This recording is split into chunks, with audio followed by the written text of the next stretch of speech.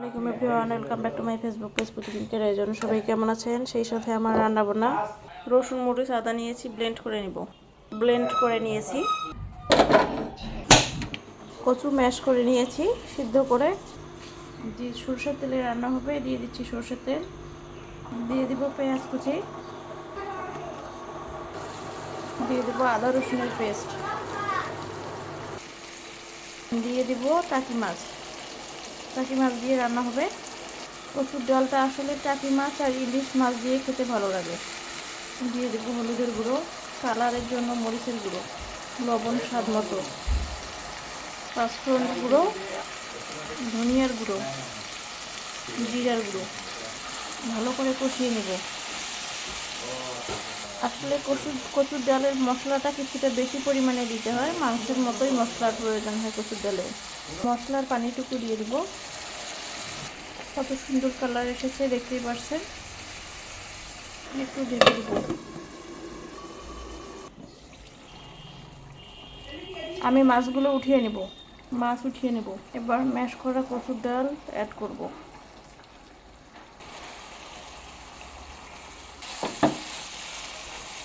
দিয়ে দিব গরম পানি।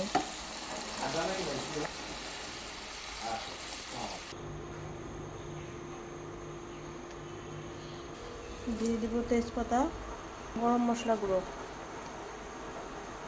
এ পর্যায়ে মাছগুলো অ্যাড করব। নিচে লেগে আসছে, এই পর্যায়ে গরম পানি অ্যাড করব। আমি এই পুরো রান্নাটি কিন্তু গরম পানি দিয়ে করেছি। এদিকে হাতে মাখা মূলা বেগুন শুটকি রান্না করব। শুটকি দিয়ে দেবো, পেঁয়াজ কুচি দিয়ে দেবো, মরিচ কুচি দিয়ে দেবো, রসুন থেতো করে রাখা। এই হাতে মাখা মূলা বেগুন শুটকিটা কিন্তু খেতে বেশ ভালো লাগে। শীতকালের মধ্যে বেস্ট সবজিও বলতে পারেন। ধনেপাতা কুচিও অ্যাড করতেছি, আপনারা চাইলে পরেও অ্যাড করতে পারেন, তাতে কোনো সমস্যা নেই। লবণ, হলুদ, মরিচের গুঁড়ো, পাঁচফোড়ন গুঁড়ো, জিরার গুঁড়ো, দিয়ে দিব সর্ষের তেলেই রান্না করব।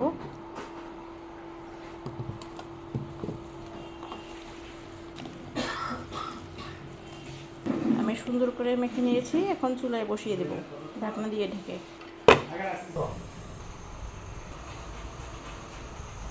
দিয়ে দিব ধনেপাতা কুচি।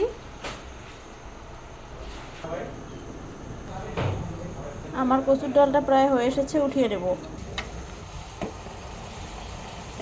এই সবজিটাতে কোনো পানি অ্যাড করবো না। আমি এখানে 1 কাপ পানি অ্যাড করেছি সামান্য পরিমাণে, আর অ্যাড করবো না। মিডিয়াম হিটে রান্না করে নামাবো। সবজি থেকে যেহেতু অনেক পানি বের হয়েছে। আর শুটকিটা আমি গরম পানি দিয়ে ভালো করে সেদ্ধ করে নিয়েছি, ভিজিয়ে রেখেছিলাম গরম পানি দিয়ে। এই সবজিটার কালারও মাশাআল্লাহ এসেছে।